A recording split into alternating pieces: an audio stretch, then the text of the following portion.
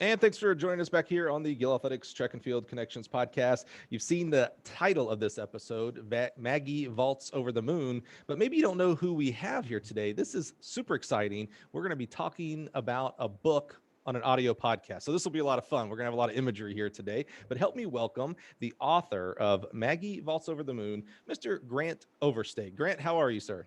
We're doing great today, Mike. How are you? I'm doing ecstatic because we're going to be talking about something that I've been involved in actually in a little bit. I don't want to overstate my involvement. Writing it is the harder part, I guess. But we've got an exciting topic to talk about today with this book that you wrote. Tell us, for someone who's listening right now that has no idea what we're talking about here, what is Maggie Vaults Over the Moon?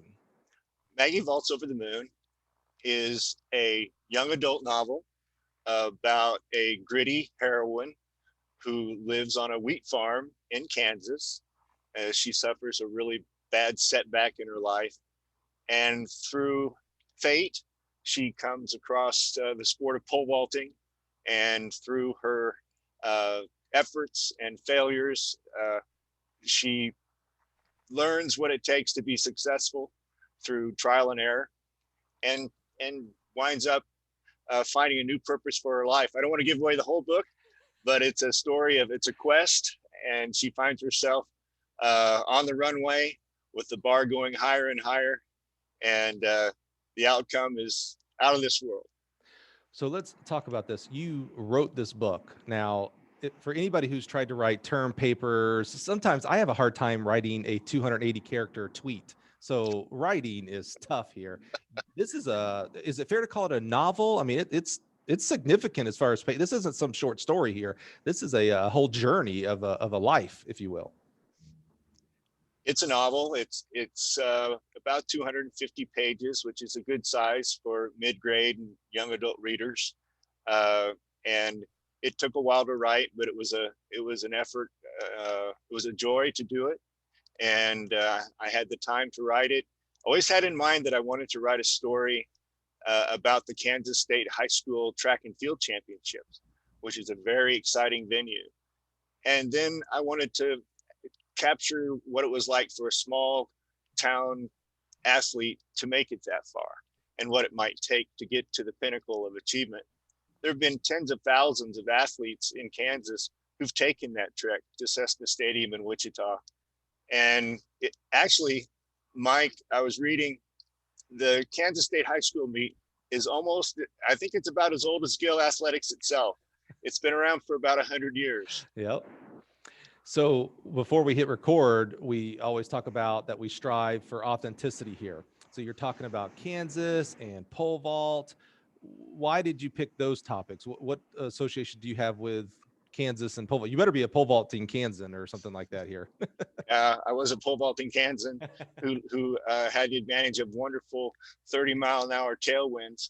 It gets windy up here, but I started pole vaulting with a bamboo pole in my backyard with a hole in the ground as a pit and landing on the grass. And then when the neighbors' parents went out of town, he would snatch the mattresses off the beds, and we would have, while the folks were gone, at least we had a soft landing. So that was one of the things that we did. And at the same time, I was really fortunate to grow up in the shadow of Cessna Stadium at Wichita State University. And so I got to see, they had a little league track program called the Shocker Striders. And that really started it off for me. 8 years old, I was beginning to learn all of the events in track and field. And at the same time, there were college athletes around. Fred Burton was a big pole vaulter at that time. He was making 16 feet, and he was landing in burlap bags. Back in the days when pole vaulting was treacherous, before Gill Athletic built those great pits, people were risking their lives for this event. So, I have a small connection to Kansas. I coached over in Chinook, Kansas for a year, and I was the head coach at Neosho County Community College. And one of the joys was going to that state meet. That I think, if I remember right, it is one of the most attended state meets in the country. And we're talking about the California, Texas, obviously, probably Texas is number one as far as attendance, but the, little state of Kansas, not that big of a population, thousands and thousands of people come over to Wichita State for the state meet. It's an amazing meet. Well, it is, and I was fortunate enough to be a part of it for 3 years in high school. I qualified 3 times, and having a great performance at the state meet always eluded me. And looking back on it now, I was one of these kids that was full of want to and needed to be reined in, so at state meet, I was lathered up like a horse, and one time there was a long jump event and I didn't pay attention to the clock and I was warmed up an hour and a half early. So I had a lot of energy and wanted to be a great athlete, needed to have some direction.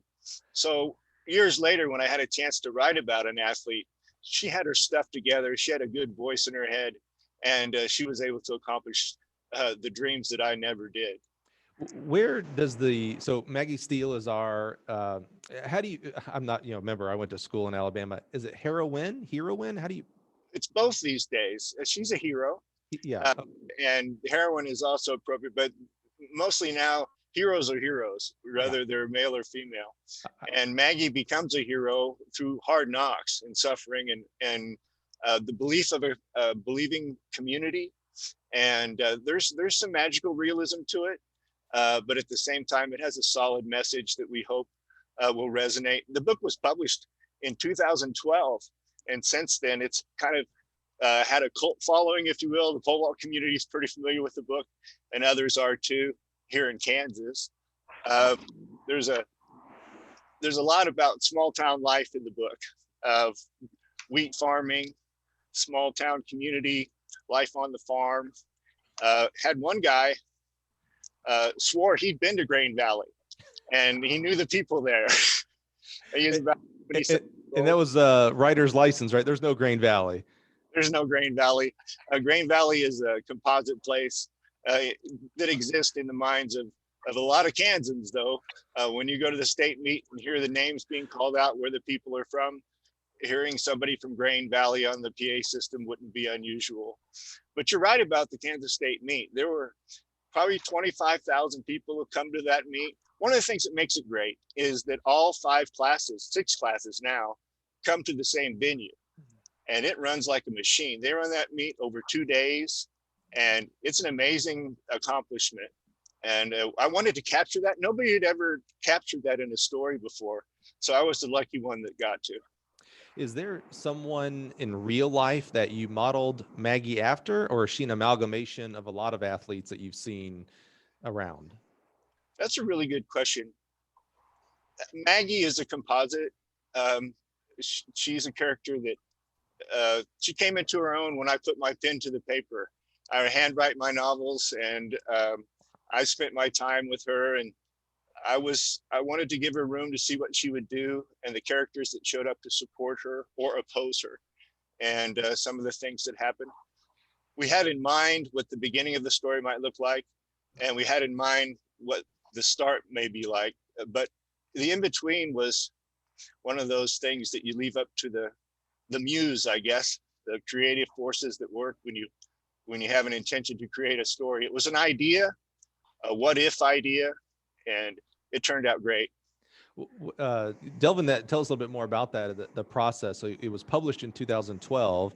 I suspect you did not start writing in 2011. What was the process, and how did you, I love how you talk about Maggie as a real person. And the reason I love that is I can tell from that type of attitude from the creator that it becomes a real person. Like you start working on not just the main thing of vaulting and overcoming and things like that, but there's other aspects of life. And so you create this whole life with her. How did the process come? How long did it take you to write? A couple of years working. My wife and I, Claire, she's my wife. She's been my read behind in journalism since we were high school sweethearts. So I started sports writing for the Wichita Eagle when I was 18 years old. And we'd go out to these small towns and cover sporting events. And we would come back, and I would rush up to the sports department at the Eagle and file my story. And then we'd have a time together on a Friday night.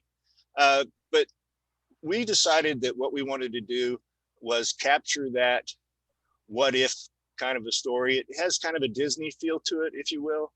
Good things can happen in stories. And when I wrote the book, interestingly enough, you'll remember back at about that time, most of the young adult books, or a lot of the young adult books, were dystopian novels with vampires and things like that. And the covers were black. Remember that, when the age of the black young adult novel. And we had kind of a tough time getting getting agents interested in Maggie at that time. Literary agents passed on the book. They didn't want pole vaulters. They wanted vampires. And so Maggie started a humble beginning with a self-published book through Create Space, which was how we published ourselves back then. And word of mouth got the book going through Doc Groh at Tailwind Pole Vault and Earl Bell down at Bell Athletics. People got to know the book, and people started liking the story. And pretty soon, Maggie had a life of her own. Thank you for not bowing down to pressure and creating a vampire vaulter or a vaulting vampire. Thank you for that. I'm not sure we would be on the show today, Grant, if you had done that. I'm not gonna lie. Thank you for sticking to authenticity and truth, and honestly, hope and grit. I mean, that's I appreciate that aspect in the world we live in today and yesterday, that we need heroes and hope and positivities. That's what I love about the story the most, is that there's an overcoming of an issue, right? That they overcame things that are pulling people back. And so I just love that about Maggie and in her story. Tell us, so, publishing a book is no easy task. We talked about that some of the literary agents didn't even believe that this would, all they care about is book sales. So it's not like they need to believe in the story. They just need to believe other people will, buy it. They didn't believe in it. So overcoming that aspect. And who were some of the people you mentioned? Doc and, Earl Bell, I know, was involved in this. Who were some of the people that we might know in the track and field world that were kind of helpers to pour gas on this little fire that you started here with Maggie? Well, I have to thank the coaches that I had. When I was fortunate enough, as I said, I started Little League track when I was 8 years old at Shocker Striders in Cessna Stadium, and I had a lot of influences there, learning the events. But what I learned about being a person was from the coaches that I met in college, especially Bob Timmons at the University of Kansas. That was a real blessing, because Bob started his coaching career at Wichita East High School. And you might know one of his athletes, a guy named Jim Ryan, was his big find in the history and the annals of sport was a guy who could run 20 quarters in 60 seconds with a minute rest in high school. So he was a guy that was remarkable, and we had him here in Wichita, and he inspired us all. And I was on the junior high track team, and Jim Ryan's mom drove our team bus.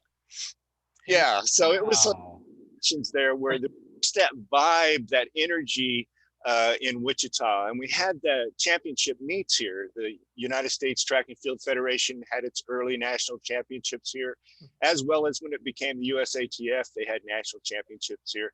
So they brought these Olympians and world record holders, and I was an impressionable kid, a hurdle hustler, a pole catcher, and I got to, be on the field when they were warming up, and to see and to feel just the energy.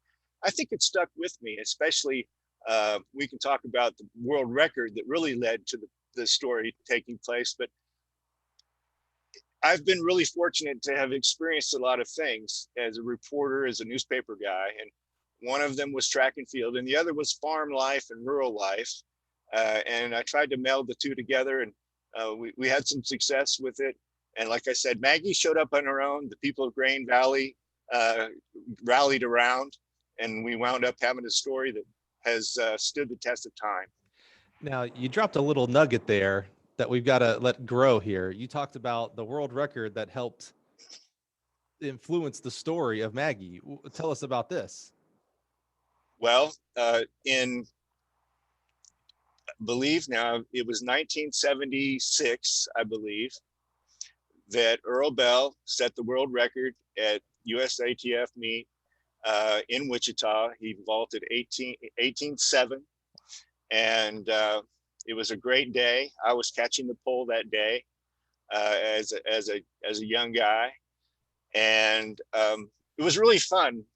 I don't want to digress too far, but back then they didn't have laser measuring things from Gill Athletics like they do now. We had steel tapes. Remember when the steel tape had to be just right?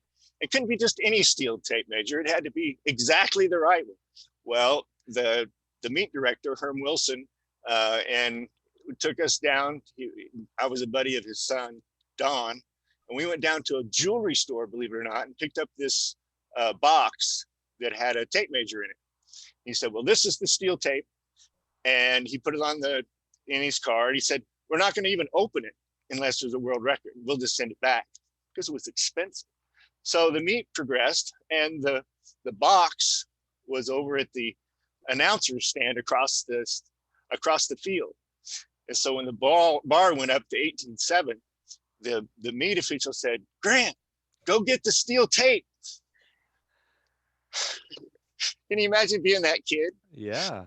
To run to get the steel tape and then run it back, and they string it up, and then Earl Bell vaults over it and you get to catch the pole.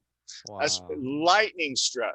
When I caught that pole, it was amazing. Wow. And it changed. I think it really set the groundwork for what came years later with Maggie Vaults Over the Moon. I met Earl Bell.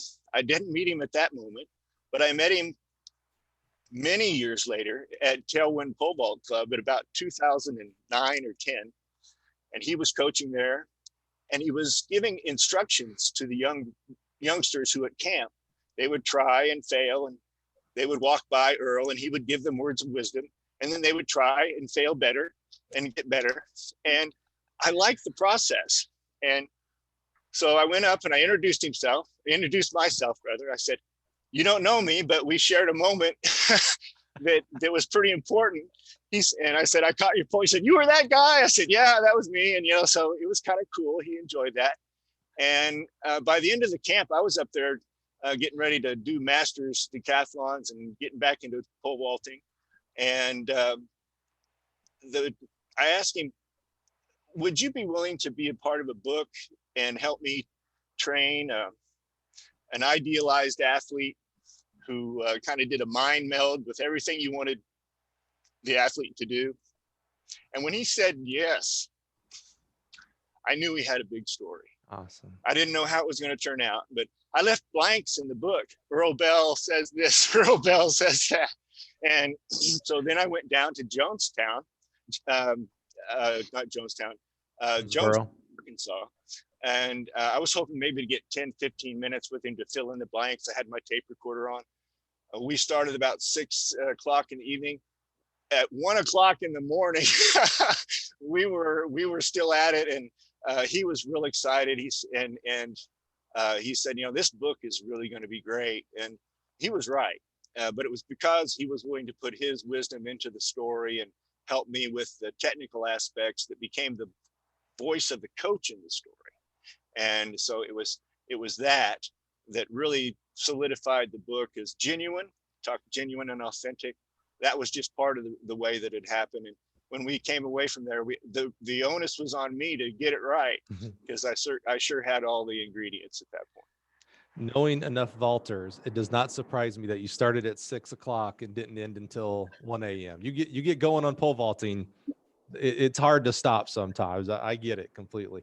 So we mentioned the book was published in 2012. It's 2021. I'm late to the dance here. We should have had this podcast back in 2012. But talk to us about, you've had, we're getting on 10 years of the publishing date. What has been some of the reception, some of the feedback you've heard from readers and other people out there, coaches, vaulters, about the book and Maggie's story? Well, there's been a really great response to the book in the pole vault community through the years. Olympians have been attracted to the story, of course, with an Olympian giving voice to the coach of the story. That really helped, because Earl Bell, of course, is one of the great Olympic coaches of all time, as well as one of the great performers of all time. We also had a great response from Erica Bartolina Fraley, Yeah, Erica fairly. Fraley, Mhm. who's a great coach, a coach of champions. And I sent a lot of copies of the book to a lot of coaches, and and got some wonderful responses. And before I knew it, I was seeing pictures of kids on pole vault pits with holding up the book and being inspired by the book, and it was really gratifying to know that that was happening. And then on a grassroots level, the Catholic League here in town um, has a guy named Dennis Frazier who coaches. He's a saint, and he coaches the pole vaulters in Wichita and in surrounding areas.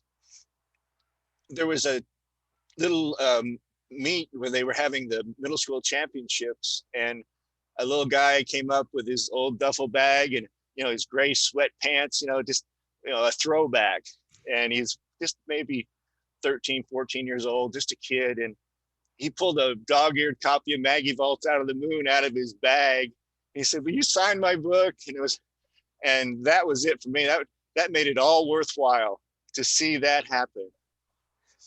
I can't imagine the influence. I mean, you see how Maggie in the story that was created affects other people. I mean, that's the ultimate gift, right? You give value to other people and they receive and achieve through that. That's amazing. I can't imagine what that would have to feel like, that your work is positively affecting others. It feels magical, Mike. It really does. Thanks. That's awesome. So where are we at today? So this is a young adult novel. And when we say young adult novel, like what age group is it kind of geared toward? I know there can, it's positivity towards adults and even younger, but what's the main kind of age category where this kind of really hits home? The way they do categorizations in literature is a little bit interesting. Uh, a lot of people think that the YA label, the young adult label, would be the age of the person that should be reading the book. It's actually how old the protagonist in the story is. Oh, If the story is told through the lens of a teenager, then it's a young adult novel. And so that was something I had to learn, because I was a newcomer to being an author. I'd been a journalist, and I'd written long form nonfiction features in newspapers, but stringing one out over a long story like Maggie took some work. But yeah, young adult is how old the protagonist is. So this story is appropriate for age 10 to adult. I think, wouldn't you think? I would say that's probably about it. And people like the story for different reasons, because of its authenticity, how it covers the harvest and those types of things. But yeah, that's pretty much how you define a young adult novel. see, And yeah, I selfishly started the podcast just so I could learn more things. There's my at least one thing I'm going to learn today. I thought young adult was like, oh, it's geared towards 13 to 20 or what. Once you add young adult, though, it's like, oh, well, I'm 44 and I still feel like a young adult. So, maybe it could go into that category. So I love learning that it's actually what the protagonist view, because that's what I was going to ask. Because, again, it's called young adult. So I'm thinking that, call it high school, middle school, college age. But I was like, well, wait a minute, I've read this book. I gained value as a 40-year-old group into it. And, I'm getting ready, close. My son is 10 years old and he'd probably be ready to start looking at, a chapter at a time of a book of this size. And, but I was like, well, that's not young adult. He's 10 years old, so it's great to understand that it is much more wide open, even though it's in the genre, if you will, of young adults. That's interesting. another technical thing about Maggie Vaults Over the Moon is the world of publishing and how you can get a book on the shelves. It's a big industry, and since 2012, the opportunities for independent publishers has grown. The platform opportunities. We became an independent publisher a few years ago, and formed a corporation called Grain Valley Publishing. And because we're you like that name? I love it. Grain Valley Publishing, and we thought that good things could come from a place like that. And so we created a publishing company, and that allowed us to have a platform where when we published a book, it would get in the main pipeline and would be considered as relevant as any other book. And so that's what we've done. Maggie Vaults Over the Moon is being reissued as a classroom reader with a foreword by Olympic champion Katerina Stefanidi. We're excited about that. And chapter questions written by Melissa White. And we're going to be hearing from her in a minute. But the book is being republished on June 1st through Grain Valley Publishing, and it will have national distribution. And finally, others besides the track and field community will be able to experience the story. So that's a great time to bring in our second guest. If you are watching on YouTube, you're kind of like, well, who's this third party just hanging out here? She's vital to what we're doing here now with this June 1st republishing. Help me welcome Dr. Melissa White. Melissa, how are you today? I'm doing great. Thanks. How are you? Really good. You must have the patience of a saint because you just hung in. I'd have tried to been talking 100 times by now. You got a lot to add here, so let's unplug you and get you here into the conversation. Melissa, give us a little bit about your background, what you do, kind of your background as far as education, and don't hide the what they call it. Don't hide the meat of the thing. Make sure we know your track background here because that's vitally important to me at least. Okay. All right. Well, I'm from near Pittsburgh, Pennsylvania, and I am a sixth grade ELA, English Language Arts teacher. And yeah, and I also coach high school track for Hempfield High School. I coach the pole vault and the javelin specifically. So hence my tie to Maggie. I was actually a pole vaulter in high school and college. I went to Southmoreland High School in Scottsdale, and I was the first female pole vaulter at our school because in 1999, that was the first time girls were able to compete at the state meet. And I was blessed enough to be able to qualify for the state meet that very first inaugural year.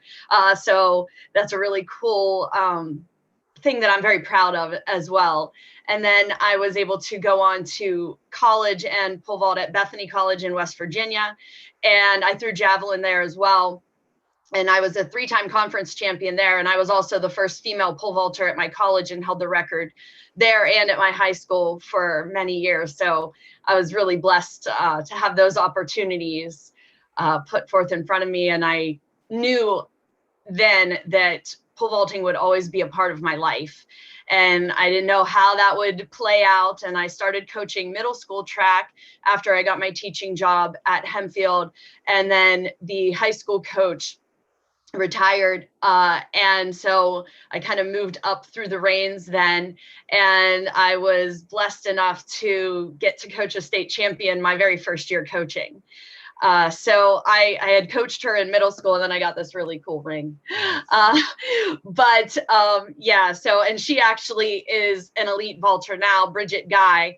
She qualified for the Olympic trials. So yeah, so I'm really excited that Shout out to UVA, the Who's. My good friend Mario was her coach. Absolutely. Yeah, that's so cool. Well, right. And now she's training at Virginia Tech with Bob Phillips. Oh, well, golly. Yeah. Boy. That's kind of a litany of good coaches there, for crying out loud. Let's take a step back here, Melissa. First of all, by the time this is publishing, we're past it, but we just had Teachers Appreciation Week. As a guy who has a 4th grader going into the 5th grade, God bless you for being a teacher. I can barely hold my 2 kids, my 4th grader and 1st grader. You dealing with the whole classroom. Thank you so much for what you do as a teacher. Period. Point blank. Thank you. Second of all, it tells me a lot about you. We talk about, first of all, this ludicrousy that we only started allowing girls and women to vault in the late 90s. Like, that's just crazy to me. It seems so long ago, like we've had it forever, but it was 20 years ago that we finally started wisening up here, and women could pole vault, women could steeple, women could hammer. It's just crazy to me that, like, we're not talking about the 1940s, we're talking about 2000, but it tells me a lot about you that when this new opportunity opened itself up to you, literally and figuratively jumped right in. You're like, oh yeah, let's pole vault. Let's try this thing. Let's go do it. And then did it very well. So that's so cool. And real, don't want to overstate it, but the pioneering aspect of being in it, participating. And really the legacy there is, representation matters. So other girls saw you vaulting in high school and college, etc., and we're like, well, wait a minute, we can do this. She's doing it, so maybe I can do it. And that has beget, now the thousands of girls and women that we have vaulting around the country. So thank you for, just all of that. That's just amazing. The positive effect you can have on this great sport of ours. It's just, I can't overstate that enough, Melissa. Thank you so much for that. So you're a sixth grade teacher. You're super smart. You have doctor in front of your name. I can't even spell PhD, so I'm just enamored by that. And I think, tell us a little bit. You got your education on that level in like sports psychology and mental performance. Is that correct? Yeah, so my master's and my doctorate are in sport and performance psychology. My master's is from California University of Pennsylvania, and then my doctorate is from University of Western States in Portland, Oregon. So your athletes can't pull anything over on you, is what I'm assuming. Not too much. Yeah. You're like, no. You know why you're not catching your step because of, and then you go into a whole bunch of smart things, and they're like, oh crap, she knows me, she's got me. I'm in a corner here. I got no excuses. So that's all well and good. That's great. And I'd appreciate, you'd be a great just guest on your own to learn more about your history and path there. But what is your connection to our topic today? Maggie vaults over the moon. Where are you secretly Maggie? No, I'm not secretly Maggie.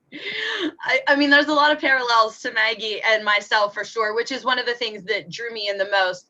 So last spring, I launched my website, which Bridget Guy actually created for me. So I launched my website, and through that and Sean Francis, I got connected with Grant, and he had reached out to me with this idea about me collaborating with him, creating some discussion questions that could be relevant in the classroom setting, and also just from like a discussion and coaching standpoint. So, we had talked several times about this, and I had been using the theme and philosophy and ideas from Maggie with my athletes for years. Even before I had read the book, I was doing it unknowingly. And then as the book became more relevant, I was able to use, the book in that way as well. And so it's become a great opportunity. And of course, when Grant offered me the opportunity, I was immediately on board. So I was really excited to be a part of that. What has been the feedback from your specific athletes regarding Maggie's story? Has there been is there a theme, a tagline, a quote from the book that they've really glommed onto, or what has been their just overall feelings about this great story? Well, I had the book in front of me, and you were commenting on my little dog ears. So one of my favorite moments, because I try to choose some taglines for my vaulters each year. One year we chose believe, another year we needed celebrate the moment. And so the one tagline that I really like a lot is, I'm looking back at the book to get the quote exactly right. This seems like a great place to vault. And I think there's so many times, especially in the vault world and even in track and field in general, like you walk in and you're like, oh, the conditions, like, oh, we have a headwind. Oh, it's raining. Oh, it's cold. Like as the track athlete, you're like, I want 75, sunny, no wind. Let's go. Today's the day. And like, how many days do we get that kind of weather? Never. Right. So, I try to use that, like celebrate the moment, take it all in. This is a great place to vault. And so I try to use that with my athletes all the time. Like they'll come in and they'll be like, oh, we have a headwind. And I'm like, yeah, but this is a great place to vault. You know why? Because we're here today. We have the opportunity. Let's go. I can clearly see your doctorate in human performance, sports psychology. I love that. And what I love about that is obviously you're using the example of pole vaulting, but holy cow, first of all, I can take every event into that, right? This is a great place to throw the shot. This is a great place to run the 100. And I think of my life in the professional, business setting. I think about, hey, it's a great day to serve coaches. It's a great day to do this. It's a great day to do that. No, regardless of what's happening outside that window right there, right now, it's middle of May and it's 30 degrees this morning when I came into work. As an Alabama boy, not really happy about that. However, guess what I got to do today? I get to come onto a podcast and interview two great people about a great story. It is a great day to podcasts. I love that mental shift, if you will, that if you're going to get anything positive out of today, well, you better come with a positive mental attitude. I love that. That's really cool. This is a great place to vault. So do you say that like no matter where you're at, is that's the tagline as you're walking in? Well, if we have good weather, I don't need to say it because they know it. But yeah, I mean, and that's actually one of the reasons that I went to get my doctorate, because I knew there was one little piece to my coaching that was missing and I couldn't figure it out. Like, I felt like I was able to offer my athletes, the training as far as like the technique goes and the, strength training and things like that. But it was just like something little was missing. And I was at a meet and there was a boy and he was just struggling with the day. And I'm very good friends with his coach. And I knew him because I had seen him vault for years because, that pole vault community is tight knit. And he was like, oh, and I said, you know what? It's going to be a great day today. And he was like, did you see my step? It's like 2 feet off. I'm running like crap. Like, this is an awful day. What are you talking about? I said, no.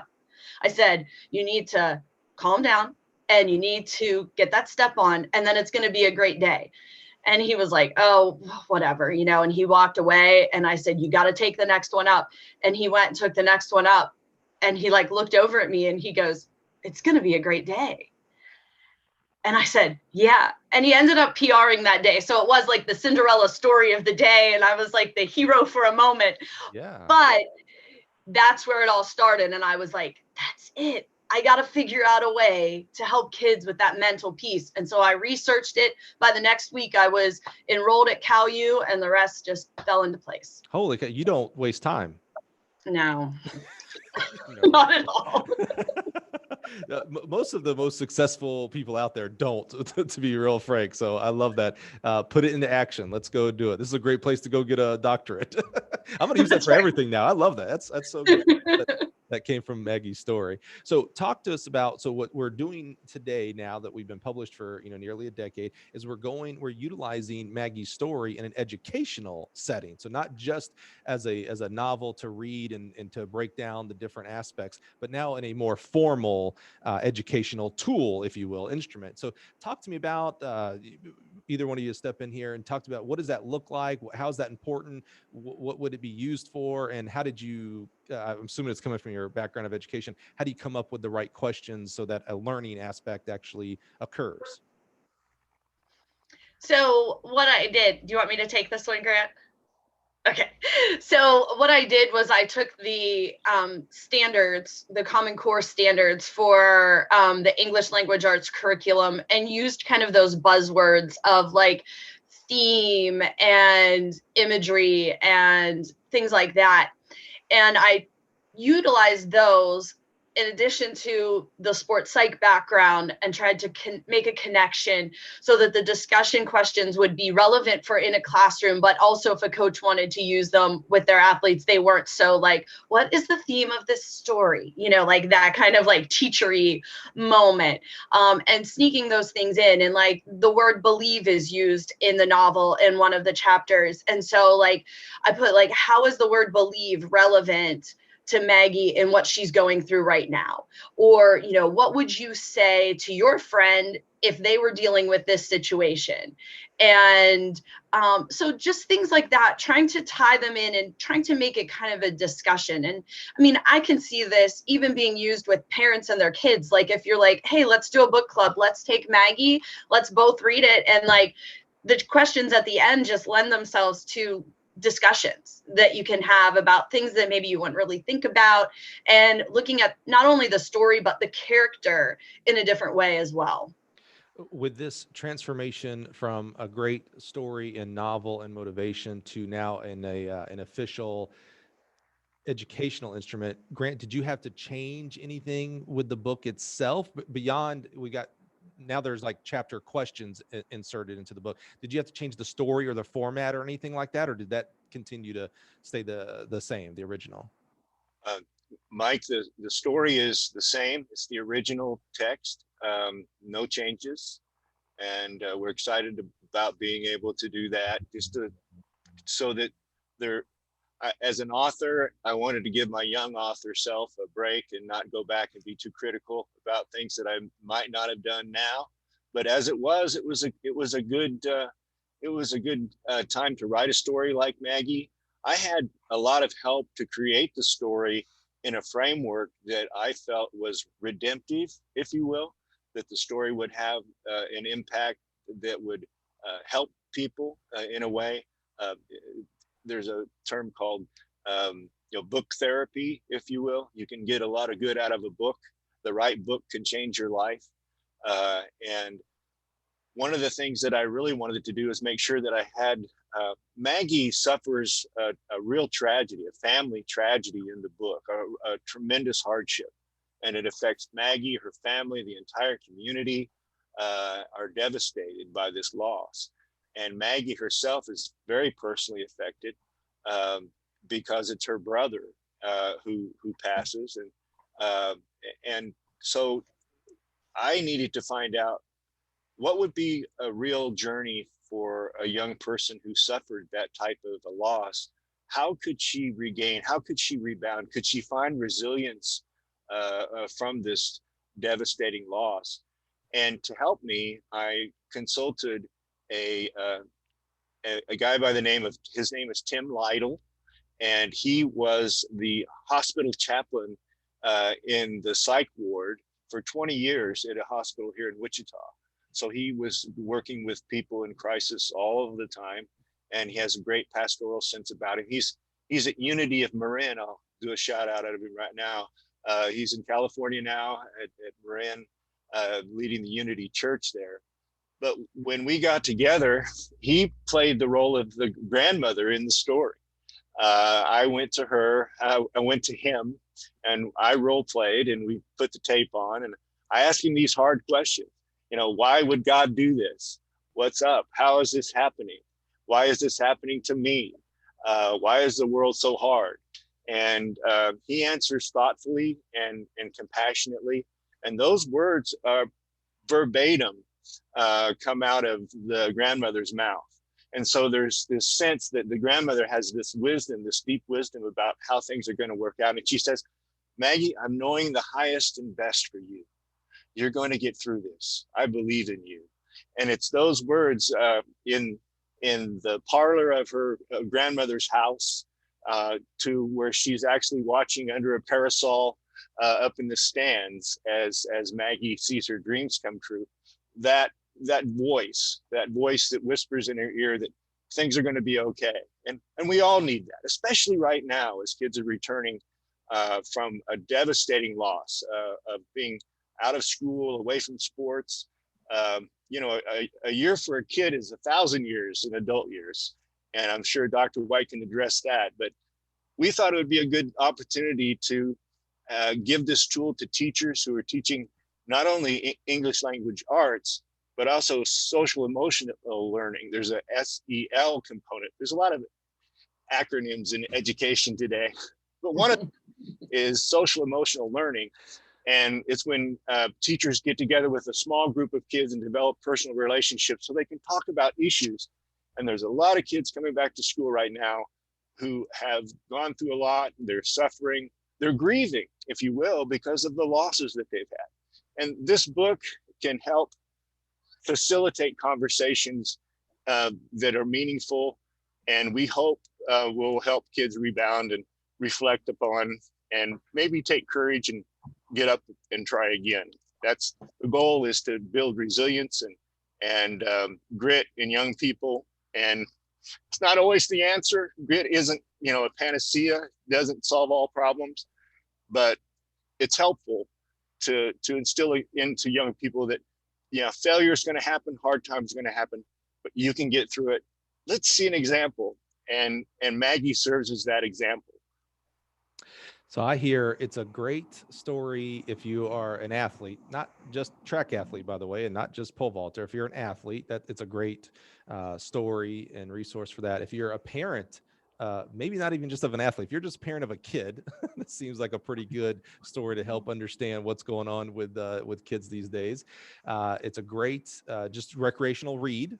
Like if I just want a story and want to lose myself in the story. I think you talked about it, literary, what did you call it? Literary, uh, therapy. I just want to lose myself in a story. Yeah. And now it's also a great educational resource, whether it's in the classroom setting, or I think, Melissa, you had mentioned even doing almost like a book study with your team, like throughout a season of, breaking it down chapter by chapter, and with all the athletes. Again, not just the theme is, of course, pole vaulting because it's awesome. And I'll make every pole vaulter really happy right now. It's the best event in track and field. I know we all believe that. Yeah. Non-pole vaulter here. So, but when your big boss, your CEO, was a 4-time All-American in the pole vault, you tend to just love the pole vault no matter what. But it's a great book study, group team study manual as well. So I mean, we got to read this thing. So where are we finding this book? You said it's published by Grain Valley Publishing, which I love that. Good things come out of Grain Valley. Where can we get this? Where can we buy it? Where can we, if we want to learn little bit more about the story to make sure it's the right story for us, where can we go? Well, the book will, as I said, it's being reissued on June 1st. And so it'll be available wherever books are sold online, and it'll be in a lot of bookstores. We're going to have a book launch. We can talk about that, but it will be out there. It's going to be available, and it will be available June 1st. You can learn more about it at grantoverstake.com. And that would be a good place to start. And there's a blog, there's a Maggie blog that chronicles about 10 years of Maggie's legacy. She's been to Australia to track meets. She's been to Japan. She's been to Great Britain. She's been all over the world where pole vaulters come together. Maggie has shown up, and she's been there at beach vaults and camps, and so she's pretty well known as pole vaulting's mythical heroine. Pole vaulter is Maggie. She's kind of got that niche, and we're really pleased that we're able to do this. We're delighted that Caterina Stefanini found the book. The Olympic champion identifies with the story, wrote a great foreword, an inspiring foreword that talks about her struggles to become the Olympic champion and world champion. She's a tremendously consistent athlete, and she's overcome long odds to get where she is. And it's amazing to think that the woman that is considered the greatest athlete ever in the storied history of Greece and Greek athletes has written the foreword to this book. She's also the woman that was chosen to light the Olympic torch for the Olympics that are coming up. So she truly is the spark, and she's an inspiration. And I'm hoping that she gets a chance to vault next month at the Olympics. I hope they have one for her, and she'll be ready to go. But it's been a collaborative effort. A lot of people have come together. We've had a wonderful new book cover by Youngju Kim, who's a tremendous artist out of Savannah, Georgia, who listened to the audiobook presentation of Maggie that's recorded by a wonderful voice talent, Tavia Gilbert. She was the female audiobook narrator of the year. She beat out Meryl Streep, and she beat out a couple of other Emma Thompson that year to win the award. And that was a couple of years after she'd recorded Maggie. And I have to put a shout out to Gill Athletics, because it was Gill Athletics that sponsored the Maggie Vaults Over the Moon audiobook crowdfunding campaign through Indiegogo. And because of that, Tavia Gilbert was able to record the book, and she loved the story. And so when Tavia Gilbert recorded the story, people paid attention.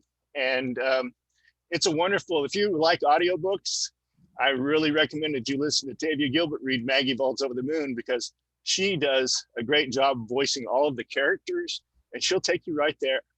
And she reads the story better than I wrote it. So those things where things just keep getting better and better for Maggie, and I'm just along for the ride. I love when the author says someone else read it better than they wrote. I mean, that's first of all, that's a very selfless thing to say, but that really tells you about that means that the story stands on its own. It doesn't have to be just in the written words of the author. The story is that impactful and real and authentic. By the way, you talked about where you can buy in the blog and things like that. Check our show notes out. I'll have links to all of that. I'll have links to Dr. White's website as well. That way you can see what that world looks like as well. And it was created by Walter, so you got to go check out the website just for that alone, right there alone.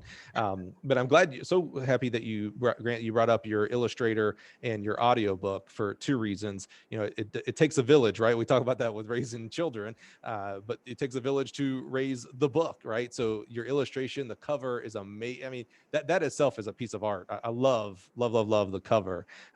It's just, it embodies the whole thing. Yeah. If you're watching on YouTube, she's got her book. And by the way, this is the greatest book ever, because look at the tags. That tells you it's a good book. That means it wasn't just read and put up. The spine's all messed up because she's been opening and reading repeatedly. I love that. And then the audiobook, super important in my belief of books and consumption. Some people may say they're not a reader, right? They don't read for whatever reason, which is a farce because you have to read to survive in this world. But maybe you can't sit down and spend the time and attention to read the book. Audiobooks are awesome. And, as a host of a audio podcast, I believe tremendously into audio. So, in your next trip, you're going to a track meet, you're heading on your recruiting trip. This is a great book to download on audible.com. I assume that's the Amazon of audiobooks. Actually, I think Amazon owns audible.com, if I remember rightly. Tavia has a great collection of her catalog of novels that she's read and performances that she's made. I'm honored that Maggie Vaults Over the Moon is part of her catalog of performances, and it's available through Blackstone Media, and it's national, international in distribution, thanks to her, and thanks to Gill Athletics. You guys came through in a big way during the audiobook fundraiser. We had a grand prize of green Maggie vaults on a green sky pole. I mean, a green Gill. Sky pole. Mm-hmm. It's out and start over. Maggie vaults on a green pole made by Gill Athletics. And you can tell me exactly the model of it, but it's become a trademark for Maggie's pole, the green pole. And we gave away, thanks to Gill Athletics, we were able to give away a pole and a pole bag and some tape, and that was a big attraction. It was about a $700 package, and we got donations for it. One night I was following we needed to raise $3,000 for Tavia Gilbert to do this, and the pole vault community came around really great. Coaches around the country who have pole vault camps donated slots, instead of taking the 10th person, that 10th person would pay. They would donate to Maggie's cause instead, and we could get the benefit from that as a perk. But on the night that, and this is my favorite story about Gill and you, Mike, because on the night that the grand prize was selected by somebody took the prize. Somebody's going to buy the $700. Somebody's going to give us a big prize. It was really exciting. And then the next morning, I found out that there are actually 2 people overnight wanted the grand prize. Remember that, Mike? I do. Oh my gosh, what are we going to do? I'm going to have to call Mike and say, Mike, I've got a problem. And what are we going to do? And Mike says, this isn't a problem. This is an opportunity. So Gill Athletics came through and gave us 2 grand prizes at that point. And so we had 2 winners, and that put us over the top, and we were able to do the audiobook. Wouldn't have been possible without Gill Athletics. And so many things in my life. When I think of great moments in my life in track and field, the word Gill is just everywhere. It's ubiquitous. It's on hurdles, it's on track and field equipment, it's on poles, but it's also in the hearts of the sport itself. And part of this podcast is really carrying on that tradition of you guys being front and center in the sport. Well, I appreciate that so much, Grant. All of us here at Gill Athletics, when you find something that you have passion for, and we have passion for coaches, and you can't have coaches without athletes. And so when it was a story of redemption and power inside of our sport, that was an easy thing. You got us hook, line, and sinker, man. We were all in 100%. Green pole. That's right. I think too, Mike, you were already on board with it's a great day for pole vault, because right then and there, that's what you did. Whenever Grant called you and said, we have a problem, we have two. No, this isn't a problem. It's a great day for pole vault. Let's go with 2 grand prizes. Absolutely. So see, you were doing it before you even knew it. I love, softballs, like the easy problems, like, oh, I can hit this one out of the park, Grant. No problem. It's the hard ones that sometimes trip me up. So it's good. I like easy batting averages there. Well, Grant and Melissa, as we start to wrap up today, talk to us about this event. You got a relaunch virtual event. Tell me more about that. Yes, we do. Thanks, Mike.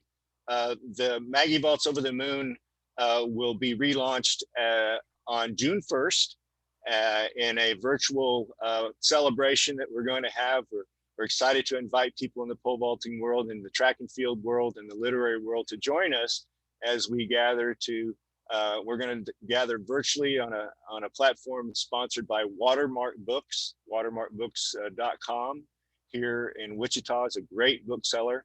And they treated Maggie as legit from day one. When I walked in there with Maggie, I didn't know anybody. And I was hoping that maybe someday I could publish a book that would be good enough to be in a bookstore.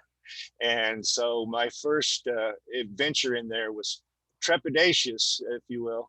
But it was a good day when they accepted the book back then, and they have rallied around the book again. And they'll be hosting us, and we're delighted that we'll have part of that national event. And if we invite everyone to come and take part, there's going to be some surprises. There'll be we're going to have some giveaways and some swag, and we hope to have some special guests. Dr. White will be there with us, and we hope to see some others. And the message is that, we're all going to get through this together. Everybody's coming back, coaches, parents, athletes, even the meets themselves are, how are we going to do this? How can we get back? How can we rebound? And our message is, we can do this together. The people in Grain Valley came together for one kid, and she was successful.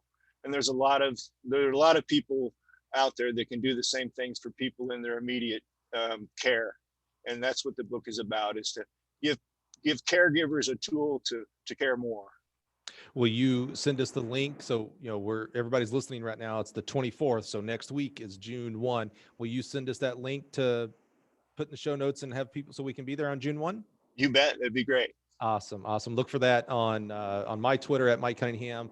And then we'll have it in the show notes as well. Okay.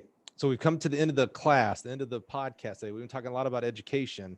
And if you have ever been in class, you know what teachers do. They give you homework. So as your podcast leader, teacher of the day, I've got homework for you if you're listening right now. So first of all, if you made it this far, thank you so much. We really do appreciate you being here. Your time and energy is one of the most important and expensive things that you can give us. And so I really do just want to say thank you for being here today. Thank you to our guest, Grant. Bravo, man, great job. Way to give value to the world with this endeavor. It's not easy to write a book. It's not easy to write a column. So to take that to 250 pages and do it justice, that is a big task, my friend, and you nailed it. You scaled the Mount Everest of authority, of authorship, man. So thank you so much for adding value to education and specifically with inside of our sport of track and field. Thank you so much. Dr. Coach Track Coach, Dr. Coach Track White, Melissa, thank you so much. You can write stuff, you can produce content, but if no one ever listens or reads or acts on it, it's kind of like yelling in the woods. Is anybody here, right? So for you to take action, which seems to be a theme of your whole life and career here, Melissa, is taking action, getting into pole vaulting when it wasn't a thing, and making it a thing, and going on and going all the way up to the highest levels of education, which boggles my mind. I'm just so thankful that you would be involved and help take this great story and pour gas on it, make it even better, even more reachable and teachable to others that are out there. So if you're listening, here's your homework assignment. I'm going out on a limb here and say, if you're listening to this podcast, you know someone who's a teacher. I just bet you do. I bet you have a child who has teachers, or you yourself are a teacher, or your spouse or other coaches, people in your network are teachers, maybe not necessarily track people. Introduce them to this story. Just give value. That's what I'm all about, is how do we give value? Being a go value, go give value, go giver when it comes to value. Go introduce a teacher to this book. Just share with them, say, hey, I don't know if this would make any sense, but maybe you should check out this book called Maggie Vaults Over the Moon. It might be something for your classroom today or tomorrow at some point. If you will do that, you are going to help and improve our world. And that's what it's all about. If you're helping where you are today, where your 2 feet are today, if you can be positive in that aspect, that is what it's all about. Because then collectively we make the world go around and we do a lot better. So that's your homework today. Go introduce someone to Maggie Vaults Over the Moon. Go read it yourself. Go get a book. Go get a copy right now. July 1. Join us. I'm actually, this is not one of the surprise guests, by the way. I'm not spoiling anything, but I will be there. I can't wait to just see the different surprises. Can't wait to see you again, Melissa and Grant, and just so thankful that you guys would be here with us today and allow us to share this story and this exciting news of taking Maggie's story and exploding it to an educational front. Thank you so much. Thank you, Mike. Awesome. Thank you. Awesome, guys. Thank you so much, and have a great day. Thank you again for being here and listening to us. Really do appreciate you.